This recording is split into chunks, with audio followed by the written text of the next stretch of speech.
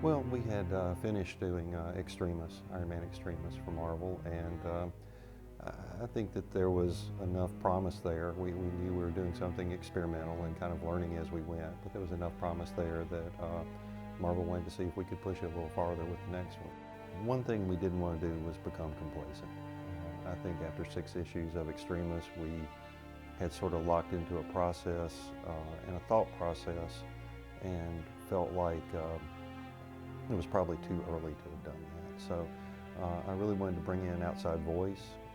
I think that the story we were telling was closer to a little independent film. It was or even a play.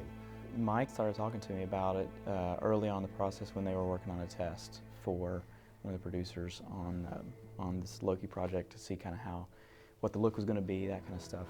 And so they brought me on to work on that, to help with that. And then one thing led to another, and then next thing I know, I'm spending 4 or 5 months with everybody. We brought Mark in to help us out. Mark has a film background, and we felt that bringing him in would help us tell the story better, because some of those problems we had with Iron Man, we just weren't able to solve ourselves in the amount of time, and Mark's experience would help us up the quality on what we were doing. This is my first venture into any sort of animation. And it was a big learning curve for me working in this field, working After Effects a lot, which I'm not. I'd used it a little bit, but it definitely, I got a little more acquainted with it. Kneel, God of Thunder. Kneel before your conqueror. Thor and Loki, Blood Brothers, is really taken from the comic called Loki. The story of Thor and Loki is a story of Loki becoming the ruler of Asgard.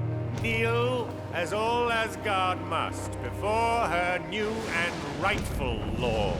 He has overthrown Odin, the All-Father, and has beaten Thor. Thor, look at me. He has determined to kill his brother the next morning. And then we follow the progression of events that take place while he's on the throne. Loki is a character that has been showing up in the comics for 50 years now, something in that range, but no one had ever really gotten under his skin and really tried to explore what makes that character who he is. Even though he is a god, that he's restricted to this one role that he has, and that's kind of what the comic brings out is there's this god that has all these powers, he can turn invisible, and he's this trickster, but he can't get out of his role, which is the trickster god. Thou face revenge.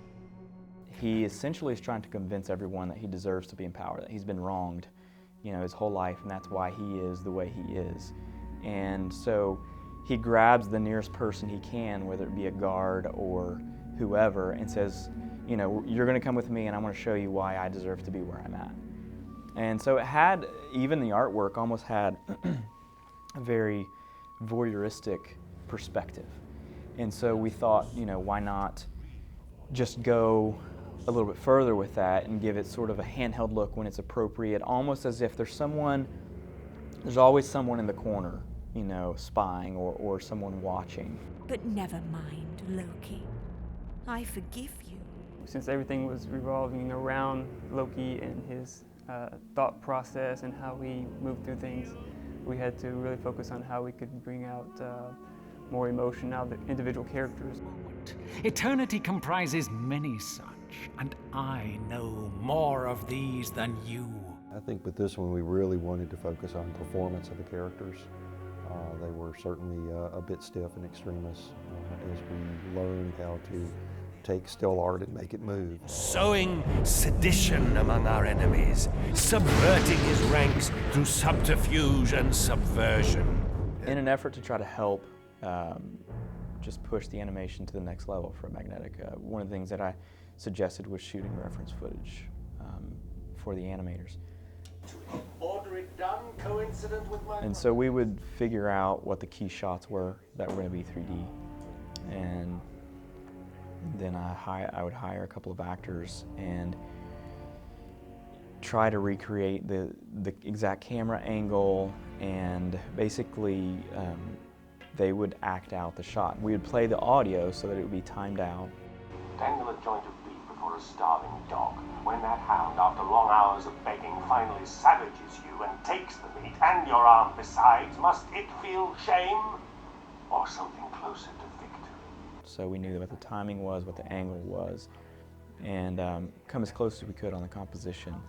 And then the animator could literally take that and keyframe every step of that action reference footage, and that's how they would build their animation. And what it did enabled us to really work interactively with the actors to show our animators what to do, because the animators, they could work on a shot for 2 days, and depending on how it was done, it may be a complete redo, and we don't want that. Our timeline and schedules are so tight that we need to basically hit it as fast as we can. Sometimes it worked better than others, but there are some shots that I think really captured some nuances of acting that we would not have gotten otherwise.